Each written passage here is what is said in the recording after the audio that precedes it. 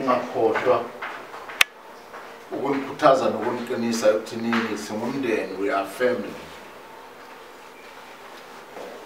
Esikhathini esiningi imisebenzi enjena yokusizana ngokamoya iyayijike ibe ngamasenti kuphela. Kwabajahe amasenti, kodwa ngisho ngithi uyajaha lamasenti ngeke uzufo wathola. Ngoba abantu bamanje imiqondo yabo ikhulile empilweni ekuthinini bacwaninga bacwaningisise, bafunisise, badingisise bese beqala izinto. They scale everything that comes their way. They do ama researches wabo to find out ukuba genuine nokuba qotho kwento. Nginamanga ize kunjalo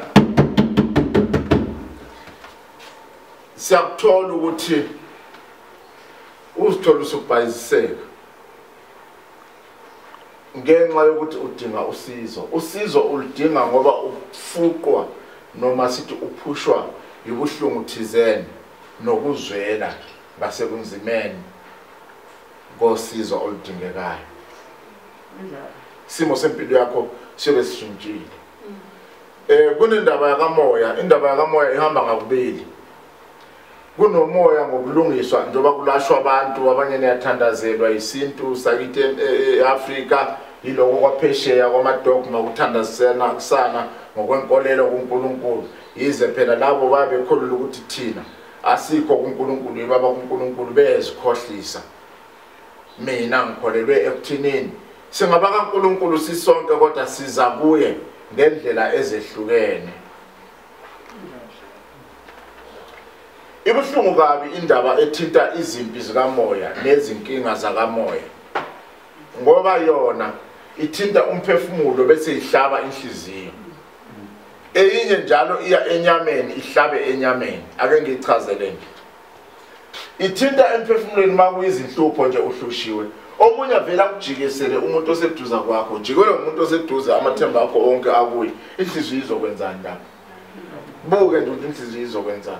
Omunye vela kugulisela umntwana, wena sokufanele ubhekane nalesi sifo zonke awuguli wena, kodwa inhliziyo yenzani?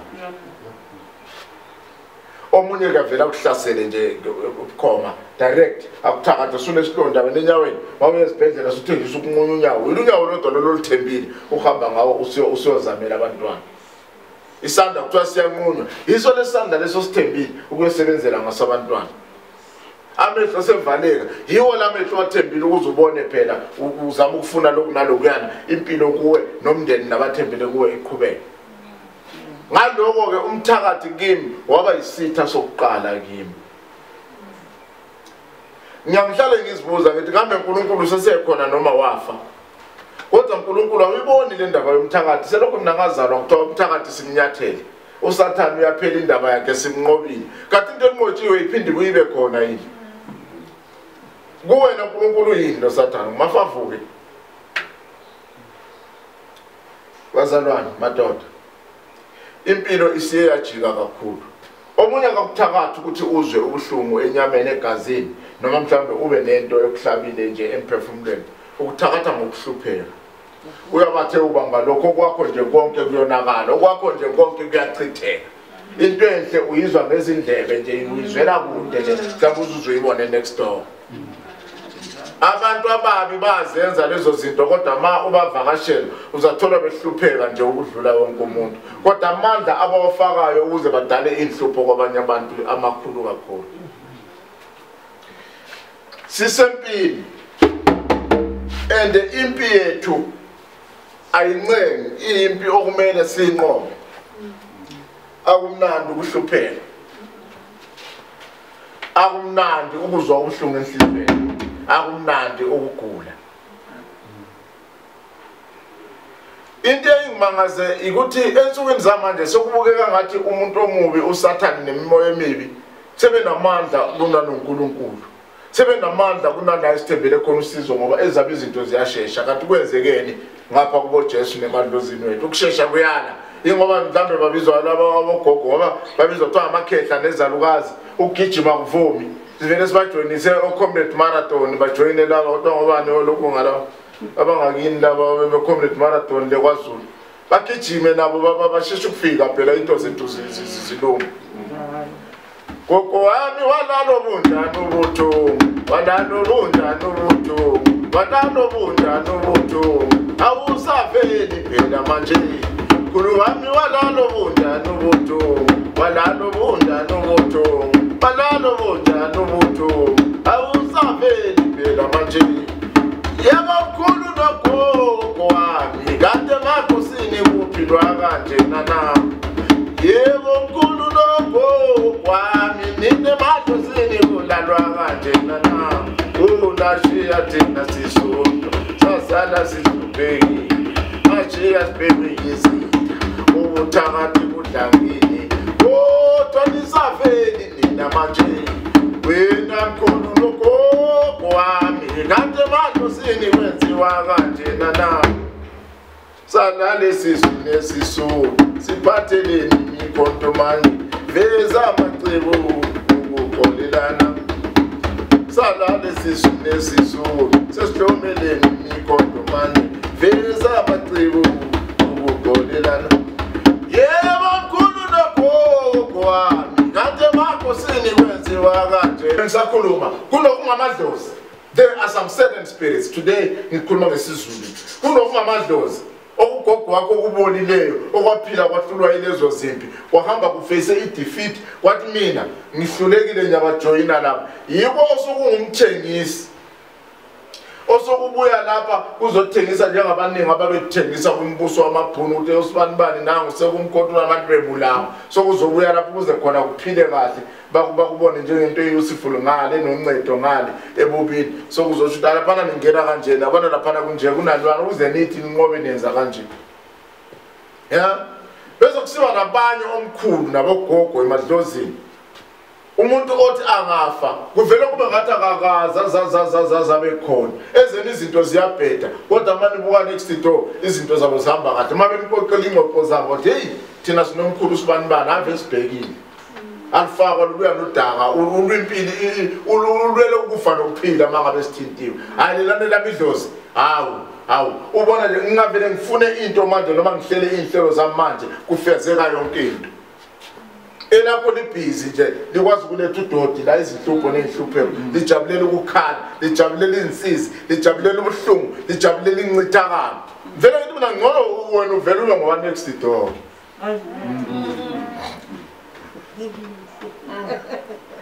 amadlozi anjalo abolile ngoba yiwo lamadlozi aqale efuna ukuhlatshela ubona abantu abangahlabi abangayenza imisebenzi abangayenza lutho afika athatha ugwayi nje achithe phansi athathe impepha ashisa akhulume nedlozi ziqonde into zakhe wena uthi uyafika kwelakho elinganangqondo hlaba inkomo uyanya gogo akethi wena vele unshiye nganayo lenkomo wena gogo uyawazi anginayo lenkomo wena khulu uyangazi mina ngihlala la ethaweni inkomo ayikho anginayo ngitho nemali yokuyoyithenga ungenzanga ngaba nayo wena uvumela izinto zangicindezela ngaba yile mfatho engiyona namhlanje.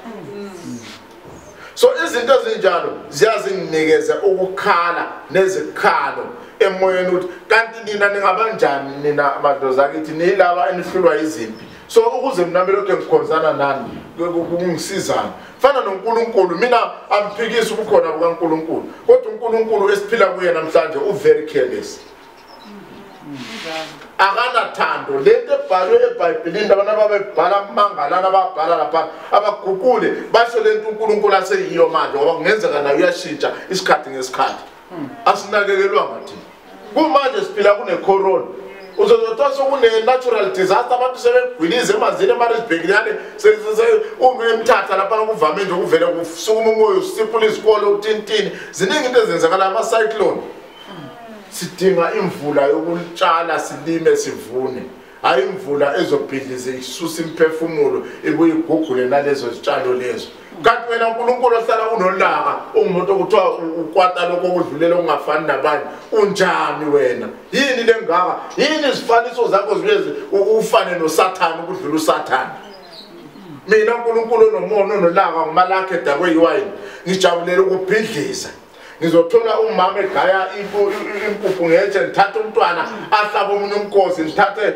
umama umntwana sale hlaba umkhosi ngijabulela nje imikhosi ukukhala nokulila hawu kanti ukulila kumnandi yini uNkulunkulu kuzo zonke lezi zinto esizifunayo yiyo lento wena ongasinikeza yona nina ababishop nisishumayeze maniqeda lapho nisifuna imali nikelelani uNkulunkulu yahlanya thandazani uNkulunkulu ashintshe lezi zinto siyafa manje icorona singabuza ukuthi icorona ingabani manje nizositshela into kaSathane kanti ubekuphi umnini mandla wonke ngalawo mandla wonke ayivimbe lento ingaphefumuleki emakhaleni ethu